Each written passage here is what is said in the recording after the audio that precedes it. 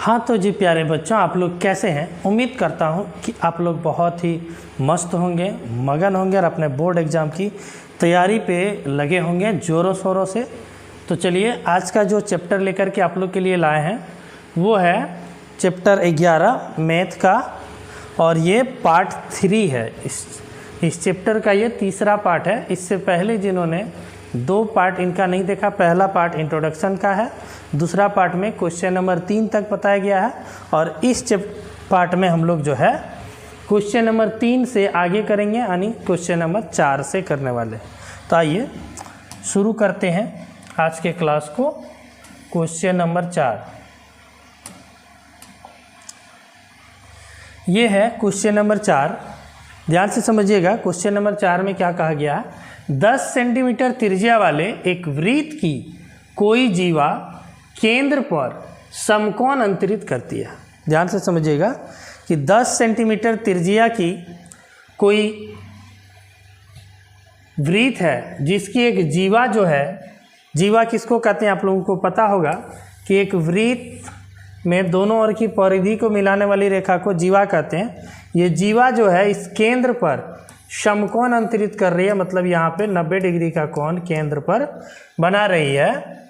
तो निम्नलिखित के क्षेत्रफल ज्ञात कीजिए। पहला है संगत लघु वृत्तखंड। वृत्तखंड किसको कहते हैं?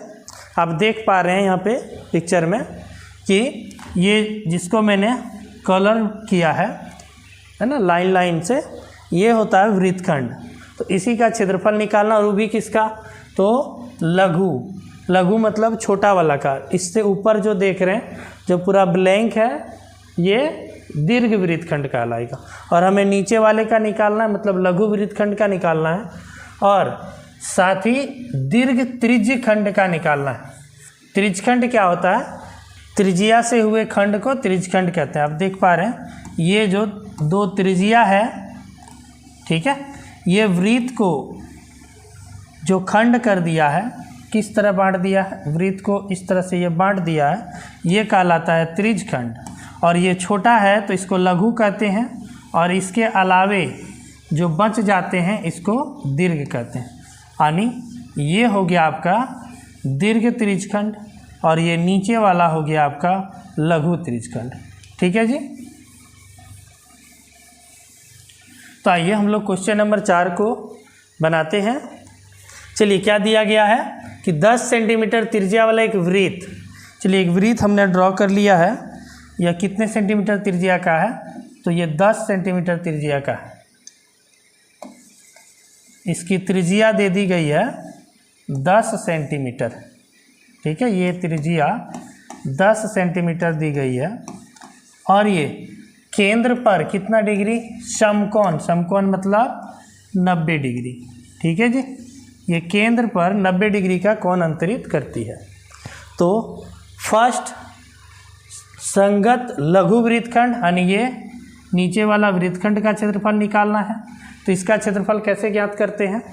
तो ये त्रिज्यखंड का क्षेत्रफल ये पूरे का निकाल के इसमें इस त्रिभुज के क्षेत्रफल को माइनस कर देंगे, तो वृत्तखंड का, लघु वृत्तखंड का क्षेत्रफल निकल जाएगा। तो आइए फटाफट से शुरू करते हैं।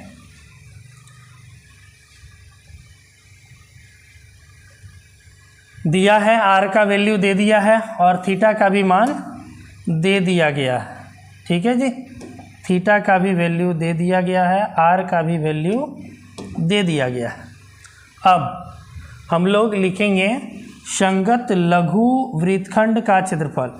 तो त्रिज्यखंड का क्षेत्रफल माइनस त्रिभुज का क्षेत्रफल। आइए लिखिए 1 नंबर पहला सवाल। संगत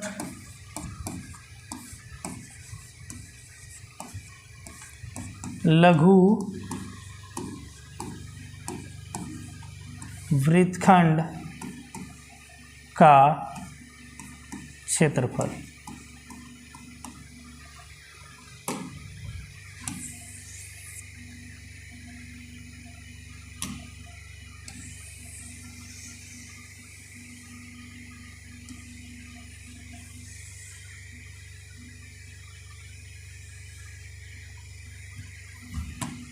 क्या हो जाएगा जी? तो संगत त्रिज्यखंड का क्षेत्रफल, लिखिए संगत त्रिज्यखंड का क्षेत्रफल में माइनस कर दीजिए यानी घटा दीजिए संगत त्रिभुज का क्षेत्रफल, संगत त्रिभुज का क्षेत्रफल। ठीक है जी। ये संगत त्रिज्यखंड कौन सा है? संगत त्रिज्यखंड कौन सा है? तो ये जो देख रहे हैं इस वृत्तखंड के संगत में जो त्रिज्यखंड है यही हो गया संगत त्रिज्यखंड। ठीक है, इसमें हम लोगों को माइनस करना होगा ये संगत त्रिभुज का क्षेत्रफल। ठीक है, तो चलिए त्रिज्यखंड का क्षेत्रफल का फॉर्मूला फटाफट से बताइए। थीटा बटे 360 गुने पाई आर स्क्वायर में माइनस कर दीजिए संगत त्रिभुज का क्षेत्रफल। अब त्रिभुज देखिए 90 डिग्री वाला है, 90 डिग्री वाला मतलब समकोण त्रिभुज है। समकोण त्रिभुज का क्षेत्रफल 1/2 गुने आधार गुने ऊंचाई।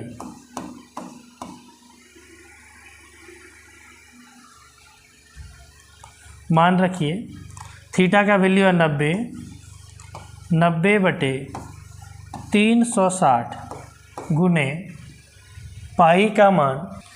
इस क्वेश्चन में पाई का वैल्यू लेने के लिए बोला गया है, पाई बराबर 3.14 लेने के लिए बोला है।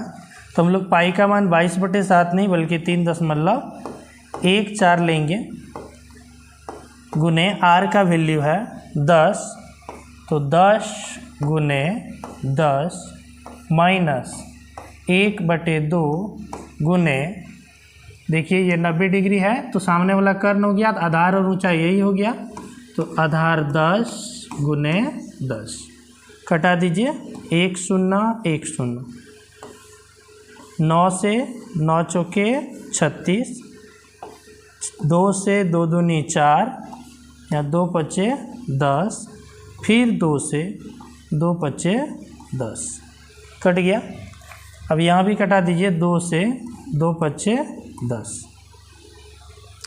अब गुना कर दीजिए 3.14 गुने 5 गुने 5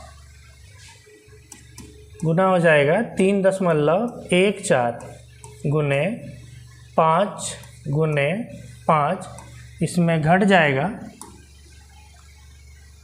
10 गुने 5 10 पचे 50।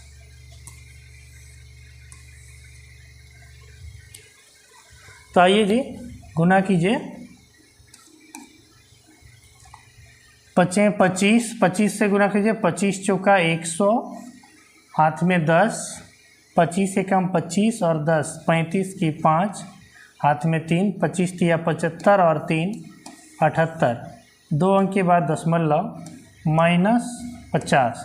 अब 78.50 में 50 घटा देंगे तो 28.50 सेंटीमीटर स्क्वायर।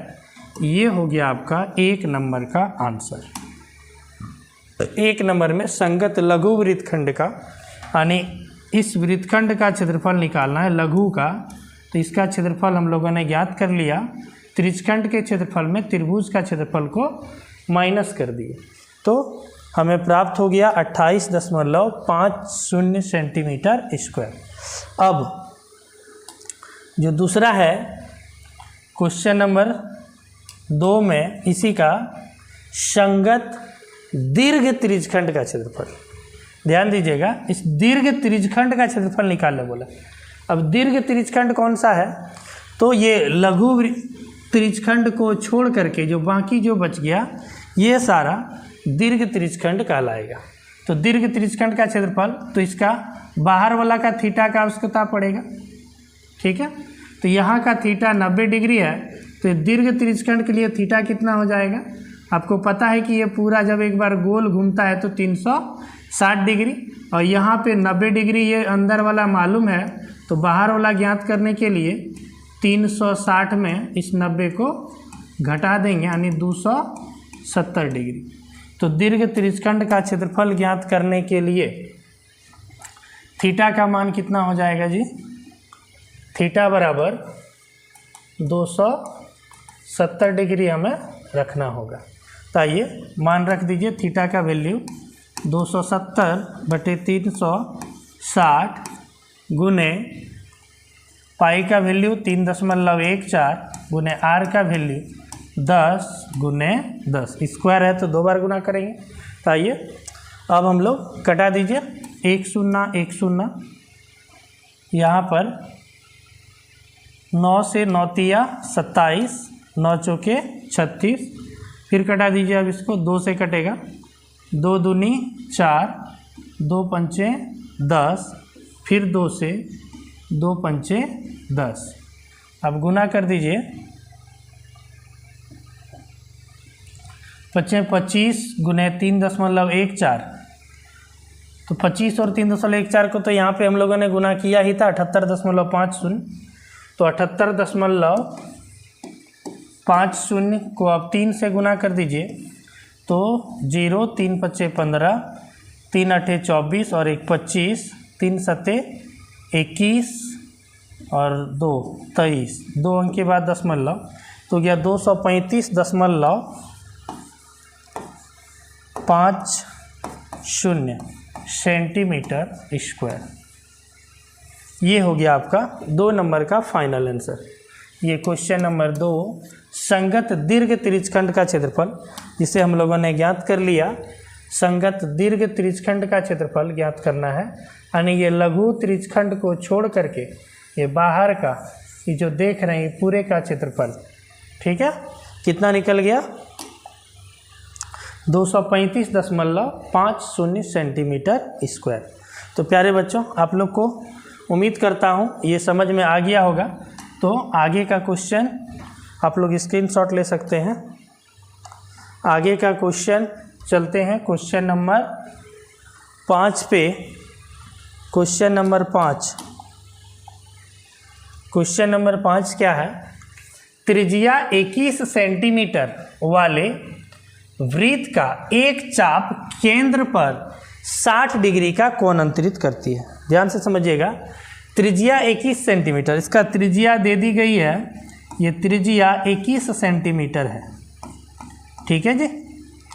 और ये इसका जो चाप है वो वृत्त पर कितना डिग्री का, और केंद्र पर 60 डिग्री का कोण अंतरित करती है। यहाँ पर 60 डिग्री का कोण बनाती है। तो ज्ञात कीजिए, पहला है चाप की लंबाई। चाप की लंबाई किसको कहते हैं? ये जो देख रहे हैं वृत्त की ये जो लाइन है, ये परिधि या चारों ओर का माप को कहते हैं। इसी परिधि पर जितना दूर तक ये 60 डिग्री का ये जो एरिया है, यहाँ से यहाँ तक की लंबाई, ये चाप की लंबाई कहलाती है, ठीक है जी। ये जो देख रहे हैं, ये यहाँ से यहाँ तक की लंबाई, ये चाप की लंबाई। इसका फार्मूला आप लोग को पता होगा, इंट्रोडक्शन पार्ट में ही आप लोग को बताया कि चाप की लंबाई का θ/360 गुने 2πr, सब कुछ तो मालूम है, हम लोगों को दे दिया गया है। लिखिए कि क्वेश्चन में ही गिवन है, दिया है r का वैल्यू 21 सेंटीमीटर और थीटा का मान केंद्र पर जो है वो 60 डिग्री है। तो पहला क्वेश्चन हमें ज्ञात करनी है चाप की लंबाई। चाप की लंबाई, चाप की लंबाई का फार्मूला लगा दीजिए, θ/360 गुने 2πr। मान रख दीजिए, थीटा का वैल्यू 60/360 गुने 2 गुने पाई का मान कुछ नहीं लेने बोला है, तो हम लोग बटे में लेंगे 22/7, और आर का वैल्यू 21 है, 21 रख दीजिए।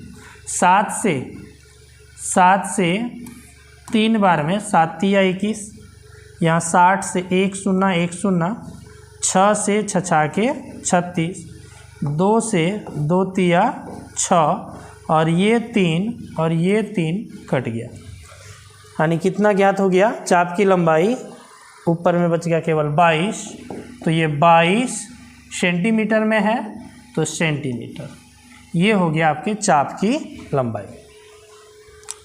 तो उम्मीद करता हूँ ये आप लोग को अच्छे से समझ में आया होगा। चलते हैं इसी का क्वेश्चन नंबर 2 पे। क्वेश्चन नंबर 2 क्या है? चाप द्वारा बनाए गए त्रिज्यखंड का क्षेत्रफल। ध्यान से समझिए, ये जो चाप है, ये जो 60 डिग्री का जो कोण बनाया है, उसका जो ये जो चाप है लेकर यहाँ से यहाँ तक, ये जो चाप देख रहे हैं यहाँ से लेकर यहाँ तक, ये एक त्रिज्यखंड बना रहा है। देख पा रहे हैं, ये जो कलर्ड मैंने कर दिया ये त्रिज्यखंड है। तो इस त्रिज्यखंड का क्षेत्रफल ज्ञात करनी है। तो त्रिज्यखंड का क्षेत्रफल का तो फार्मूला पता ही है, इसका त्रिज्या का भी मान हम लोग को मालूम है, त्रिज्या 21 सेंटीमीटर है। चलिए त्रिज्यखंड का क्षेत्रफल का केवल फार्मूला लगा दीजिए। त्रिज्यखंड का क्षेत्रफल का फार्मूला क्या होता है जी? त्रिज्यखंड का क्षेत्रफल का फार्मूला थीटा बटे 360 गुने पाई r स्क्वायर। अब बताइए थीटा का मान 60 डिग्री, 60 बटे 360 गुने पाई का वैल्यू 22 बटे 60 गुने r का वैल्यू 21 स्क्वायर है। तो 2 बार लिख दीजिए। 1 0 1 0 कट गया, 6 से 6 के 36। अब यहाँ 7 से 7 तिया 21, 3 से 3 दूनी 6, 2 से 11 दूनी 22। अब गुना कर दीजिए 11 और 21 को, तो 21 गुना 10 करेंगे तो 210 और फिर 21 जुड़ जाएगा तो 231 सेंटीमीटर स्क्वायर। ये हो गया आपका त्रिज्यखंड का क्षेत्रफल। ये जो आप रेड वाला भाग देख रहे हैं जो कलर्ड है, इसका क्षेत्रफल हम लोगों ने ज्ञात कर लिया 231 सेंटीमीटर स्क्वायर। अब चलते हैं इसी का क्वेश्चन नंबर 3 पे। क्वेश्चन नंबर 3 क्या कहता है? संगत जीवा द्वारा बनाए गए वृत्तखंड का क्षेत्रफल। संगत जीवा द्वारा बनाए गए वृत्तखंड का क्षेत्रफल। आइए देखिए, संगत जीवा, देखिए ये यहाँ पे कोण 60 डिग्री का बना केंद्र पर, ठीक है, और ये जो चाप है यहाँ से लेकर यहाँ तक, ये 60 डिग्री का कोण बनाया, और जब इसको यहाँ से यहाँ तक मिलाते हैं तो ये एक जीवा है, ठीक है। वृत्त के दोनों ओर की परिधि को मिलाने वाली रेखा को हम लोग जीवा कहते हैं। तो ये जो जीवा है, ये जीवा देखिए ध्यान से कि ये एक वृत्तखंड बना रहा है जिसको मैंने वाइट कलर से पेंट करके रखा है। इसी वृत्तखंड का क्षेत्रफल हमें ज्ञात करना है। तो कैसे ज्ञात होगा? तो हम लोगों ने इस त्रिज्यखंड का तो क्षेत्रफल ज्ञात कर ही लिया इस क्वेश्चन में, इस त्रिज्यखंड का क्षेत्रफल ज्ञात कर लिया। अब हमको सिर्फ और सिर्फ ये वृत्तखंड का क्षेत्रफल हमें ज्ञात करनी है, ये जो नीचे वाला वृत्तखंड का क्षेत्रफल। तो कैसे ज्ञात करेंगे? तो इस त्रिज्यखंड के क्षेत्रफल में ये जो ऊपर में जो त्रिभुज देख रहे हैं, इस त्रिभुज के क्षेत्रफल को क्या करेंगे? घटा देंगे, तो हमें ये वृत्तखंड का क्षेत्रफल मालूम हो जाएगा। तो आइए, वृत्तखंड का क्षेत्रफल का फार्मूला क्या होता है? त्रिज्यखंड का क्षेत्रफल माइनस त्रिभुज का क्षेत्रफल। तो त्रिज्यखंड का क्षेत्रफल, चलिए इस फिगर को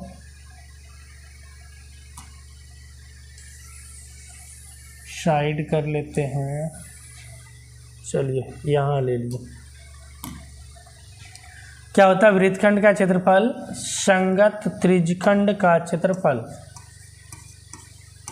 संगत त्रिज्यखंड का क्षेत्रफल माइनस संगत त्रिभुज का क्षेत्रफल। अब इसके संगत में जो ये जो त्रिज्यखंड है, इसका क्षेत्रफल तो हम लोग 2 नंबर में ज्ञात कर चुके हैं। उसका क्षेत्रफल है 231 सेंटीमीटर स्क्वायर। तो वही 231 में घटा दीजिए इस त्रिभुज के क्षेत्रफल को। त्रिभुज कौन सा त्रिभुज है? ये 60 डिग्री वाला। अगर 60 डिग्री का कोण अगर केंद्र पर बनाती है किसी वृत्त में, तो ये कौन सा त्रिभुज बनता है? समबाहु त्रिभुज। और समबाहु त्रिभुज का क्षेत्रफल का फार्मूला होता है √3/4 गुने भुजा का स्क्वायर।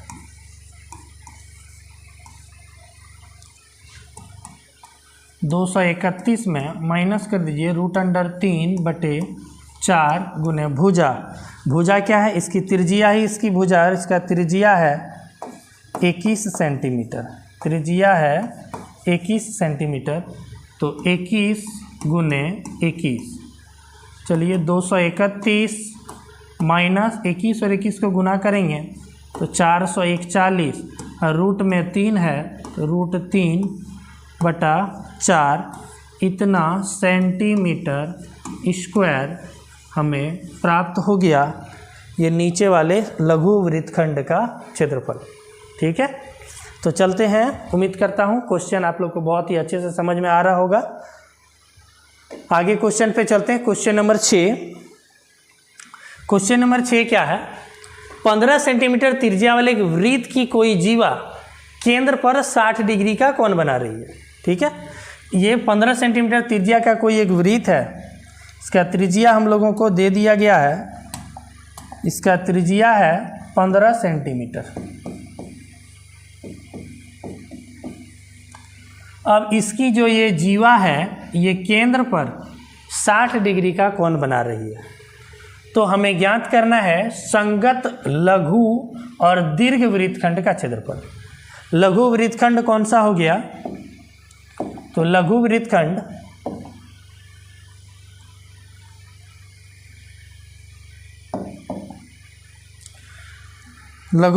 कौन सा हो गया? तो ये नीचे वाला ये हो गया आपका लघु वृत्तखंड, और इसको छोड़कर जो बाकी बच गया ये हो गया दीर्घ वृत्तखंड। ठीक है, तो दोनों का क्षेत्रफल हमें ज्ञात करनी है। तो आइए सबसे पहले हम लोग लघु वृत्तखंड का क्षेत्रफल हम लोग ज्ञात कर लेते हैं। वृत्तखंड का क्षेत्रफल कैसे ज्ञात किया जाता है? तो त्रिज्यखंड के क्षेत्रफल में इस त्रिभुज के क्षेत्रफल को क्या कर दीजिए? माइनस कर दीजिए। ठीक है, तो आइए हम लोगों को दिया गया है क्वेश्चन में, दिया है थीटा का मान तो दे ही दिया है 60 डिग्री केंद्र पर जो कोण बन रही है, और आर का भी मान हमें गिवन है, त्रिज्या 15 सेंटीमीटर। चलिए फर्स्ट नंबर हम लोग इसका ज्ञात करते हैं। सबसे पहले क्या है? संगत लघु और दीर्घ वृत्तखंड का क्षेत्रफल। नहीं, लघु का पहले निकाल लेते हैं। लिखिए संगत लघु वृत्तखंड का क्षेत्रफल।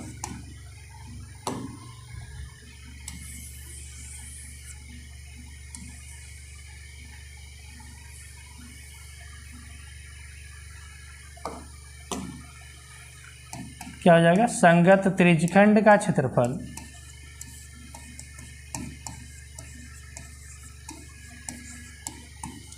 संगत त्रिज्यखंड का क्षेत्रफल माइनस संगत त्रिभुज का क्षेत्रफल। देखिए, जो आप लोग को एक डायरेक्ट वाला भी फार्मूला बताए हैं उससे भी आप लोग निकाल सकते हैं। ठीक है, जो इंट्रोडक्शन पार्ट में आप लोग को बताए हैं वहाँ से आप लोग ज्ञात कर सकते हैं। यहाँ त्रिभुज का क्षेत्रफल के जगह पे माइनस कर सकते हैं 1/2 r² sin थीटा। संगत त्रिज्यखंड का क्षेत्रफल, त्रिज्यखंड का क्षेत्रफल θ/360 गुने पाई r²। पाई का मान यहाँ पे दे दिया है 3.14 लेने के लिए, तो 3.14 लेंगे, और r का वैल्यू है 15, तो 15 गुने 15 में घटा देंगे। त्रिभुज का क्षेत्रफल, त्रिभुज देखिए 60 डिग्री वाला, अगर केंद्र पर 60 डिग्री का कोण बनती है तो समबाहु त्रिभुज, समबाहु त्रिभुज का क्षेत्रफल √3/4 गुने भुजा का स्क्वायर, और इसका त्रिज्या ही इस त्रिभुज का क्या है? भुजा है, तो 15 गुने 15 स्क्वायर है तो 2 बार। आइए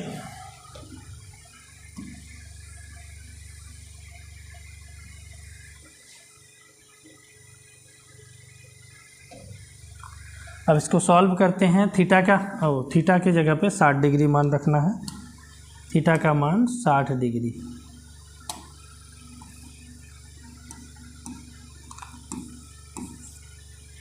कटा दीजिए, 1 0 1 0, 6 से 6 के 36, और 3 से कटा दीजिए, 3 दूनी 6, 3 5 15, फिर 2 से 3.14 को जब हम कटाएंगे तो 1.57।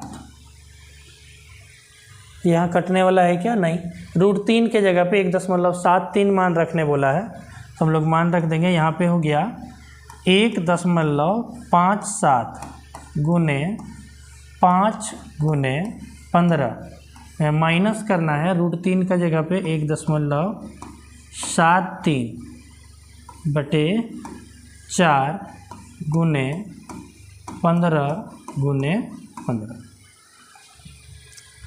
आइए, तो जब इसको हम लोग गुना करेंगे तो हमें गुना करने पे प्राप्त होगा 117.75, और जब इसको जब गुना करके 4 से भाग किया जाएगा हमें प्राप्त होगा 97.3125।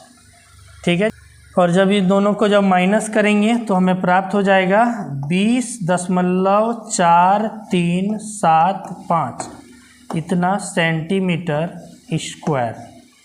ठीक है जी, ये हो गया आपका लघु वृत्तखंड का क्षेत्रफल। ठीक है, यानी ये नीचे वाला का ये वृत्तखंड का क्षेत्रफल, ये लघु वृत्तखंड का क्षेत्रफल हमें प्राप्त हो गया 20.4375। ठीक है, चलते हैं अब ज्ञात करते हैं हम लोग दीर्घ वृत्तखंड का क्षेत्रफल। अब दीर्घ वृत्तखंड का क्षेत्रफल कैसे ज्ञात होगा? तो सिंपल सा तरीका है, देख लीजिए। हम लोगों ने इस लघु वृत्तखंड के क्षेत्रफल को ज्ञात कर लिया।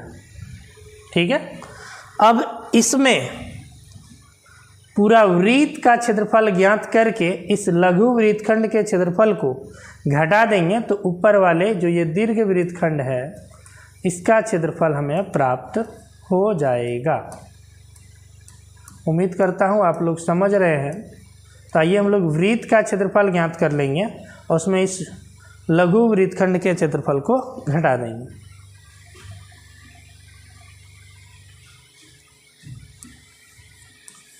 दीर्घ वृत्तखंड का क्षेत्रफल हमें ज्ञात करनी है। दीर्घ वृत्तखंड का क्षेत्रफल क्या हो जाएगा बाबू? वृत्त का क्षेत्रफल, वृत्त का क्षेत्रफल में घटा देनी है संगत लघु वृत्तखंड का क्षेत्रफल।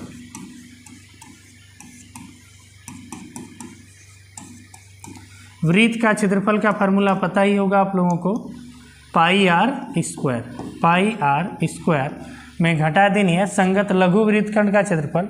हम लोगों ने लघु वृत्तखंड का क्षेत्रफल ज्ञात कर लिया 20.4375, 20.4375 इसे हम लोगों को घटा देना है।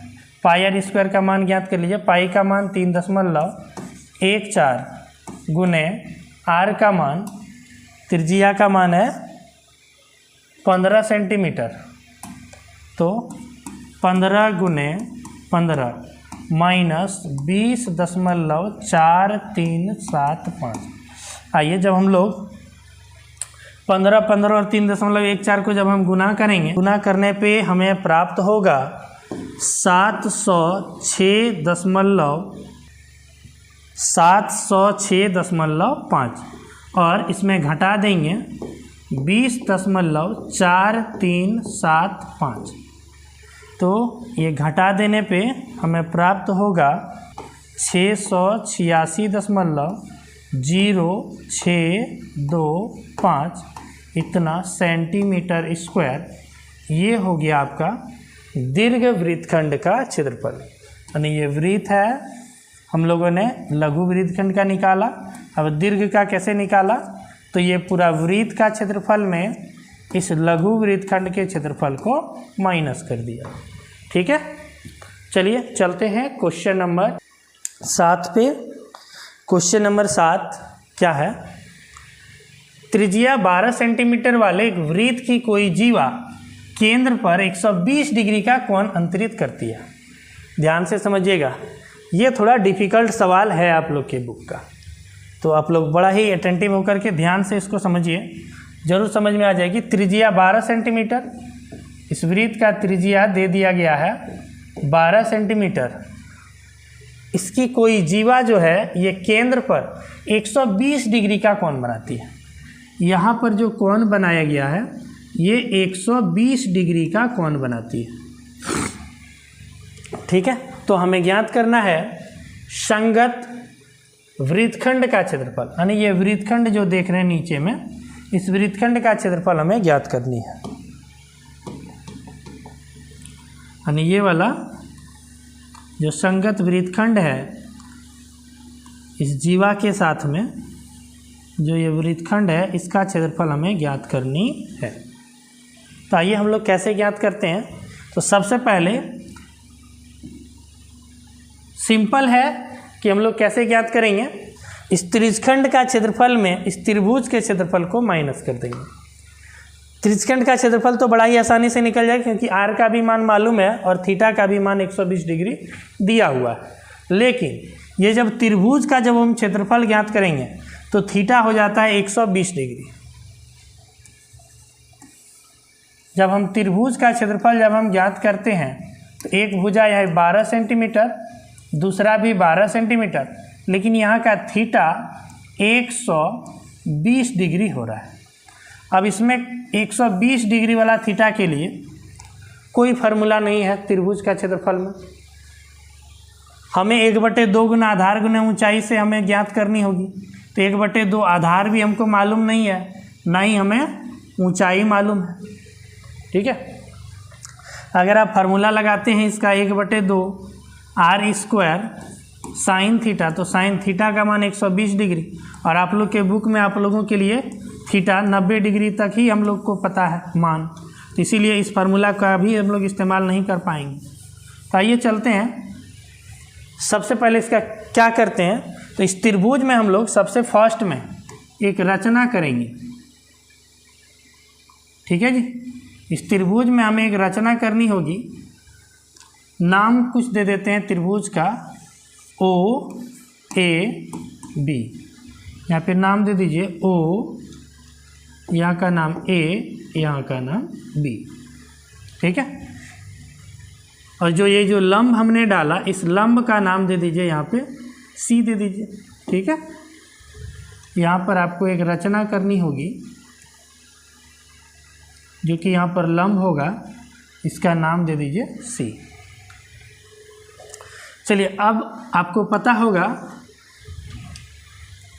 कि जब हम लोग किसी वृत्त के केंद्र से वृत्त के जीवा पर जब हम लोग लंब डाल देते हैं तो ये दो कौन सा त्रिभुज बन गया, ये सर्वांगसम त्रिभुज का निर्माण होता है। यानी सर्वांगसम त्रिभुज होने के कारण ये जो थीटा 120 डिग्री है ये 60 डिग्री और 60 डिग्री में विभाजित हो गया। ठीक है, तो अब हम लोग हाइट एंड डिस्टेंस चैप्टर का इस्तेमाल करेंगे, चैप्टर 9 का, जिसमें हम लोगों ने पढ़ा है कि अगर किसी समकोण त्रिभुज में हमें कोई भी एक कोण, कोई भी एक न्यून कोण और एक भुजा कोई भी मालूम हो तो हम लोग किसी भी भुजा को हम लोग ज्ञात कर सकते हैं। तो किस प्रकार से हम लोग ज्ञात करेंगे वो चैप्टर 9 का आप लोग क्लास किए हैं तो वहाँ पे आप लोग को पता होगा, चैप्टर 9 के क्लास में। आइए, यहाँ पे एक त्रिभुज है OCB। चलिए इसी त्रिभुज को लेते हैं कि त्रिभुज OCB में यहाँ का कोण 60 डिग्री है, तो थीटा के सामने वाले भुजा को यानी BC भुजा को कहेंगे लंब यानी P, और 90 का सामने वाला तो हमेशा H होता है। तो हमें P ज्ञात करनी है। अभी तो हमें ये भी ज्ञात करनी है और ये भी ज्ञात करनी है, क्योंकि त्रिभुज का ये वाला यहाँ से यहाँ तक आधार हो गया और यहाँ से यहाँ तक ये ऊंचाई हो गया, तो हमें इसको भी ज्ञात करना है और इसे भी ज्ञात करना है। तो आइए सबसे पहले हम लोग P को ही ज्ञात करते हैं, यानी यहाँ से यहाँ तक CB को ज्ञात करते हैं। तो CB के लिए ये हमें P ज्ञात करना है, H मालूम है। तो P और H में कौन सा फार्मूला चलता है बाबू, थोड़ा बैक दिमाग को ले जाइए पीछे और याद कीजिए। तो P और H में साइन थीटा चलता है। साइन थीटा का वैल्यू है 60 डिग्री, साइन थीटा बराबर P/H। तो P का मान है BC बटे H OC OB का मान है 12। ठीक है जी। तो साइन 60 डिग्री का वैल्यू √3/2 बराबर BC बाय 12। अब क्रॉस गुना कर दीजिए, BC गुना 2 BC बराबर 12 गुना √3 तो 12√3। अब ये 2 गुना में उधर जाएगी तो भाग में, यानी BC का मान हमें प्राप्त हो गया 12√3/2। इसको कटा देंगे 6 बार में, यानी 6√3। सेंटीमीटर में है तो सेंटीमीटर, यानी हमें यहाँ से यहाँ तक हमें प्राप्त हो गया, ये हो गया 6√3 सेंटीमीटर।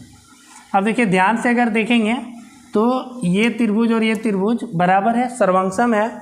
तो ये यहाँ से यहाँ तक अगर 6√3 आया तो इसी प्रकार से AC भी क्या हो जाएगा 6√3। तो यहाँ लिख दीजिए, इसी प्रकार AC बराबर भी हो जाएगा 6√3 सेंटीमीटर। ठीक है जी।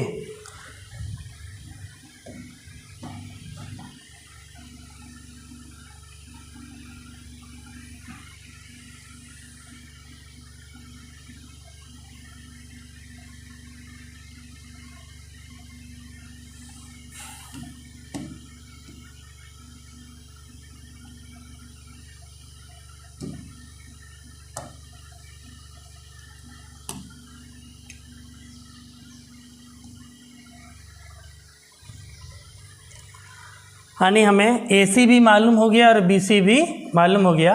तो अब हम यहाँ से यहाँ तक इसका आधार जो है AB बराबर लिख सकते हैं, AB बराबर AC प्लस BC, यानी AC का मान 6√3 और BC का भी मान 6√3।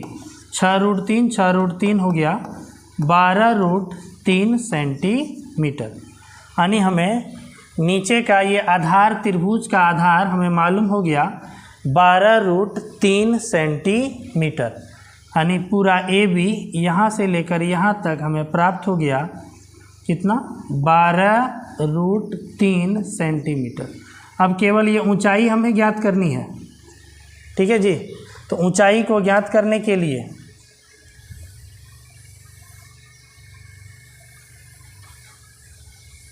चलिए, जिन्होंने स्क्रीनशॉट नहीं लिया है इसको ले लीजिए।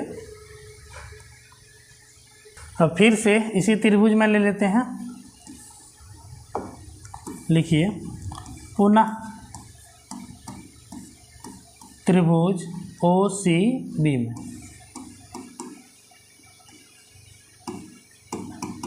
इस बार हमें ज्ञात करनी है ये वाली भुजा। तो ये थीटा का सामने में P, तो ये हो गया B और H में कौन सा फार्मूला चलेगा जी, B/H cos थीटा। थीटा का मान 60 डिग्री है, तो cos 60 डिग्री बराबर B का मान है OC/H, H का मान है 12।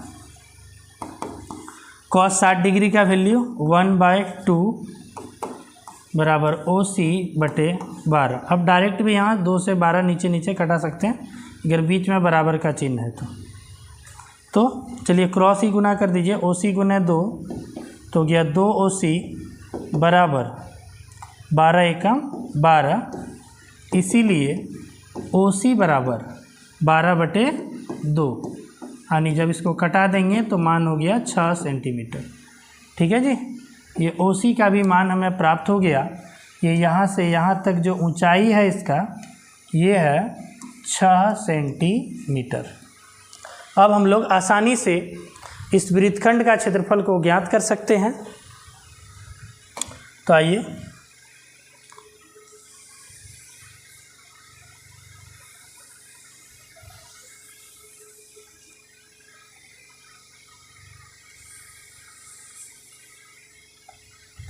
लिखिए,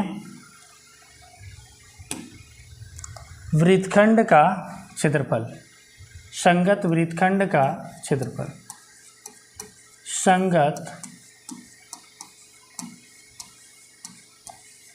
वृत्तखंड का क्षेत्रफल, संगत त्रिज्यखंड का क्षेत्रफल माइनस संगत त्रिभुज का क्षेत्रफल। तो त्रिज्यखंड का क्षेत्रफल का फॉर्मूला लगा दीजिए, थीटा बटे 360 गुने पाई आर स्क्वायर में घटा देना है संगत त्रिभुज का क्षेत्रफल। त्रिभुज का क्षेत्रफल का फॉर्मूला, त्रिभुज का क्षेत्रफल का फॉर्मूला यहाँ आधार और ऊंचाई मालूम है, तो 1/2 गुने आधार गुने ऊंचाई। अब बताइए थीटा का मान कितना है, 120 डिग्री।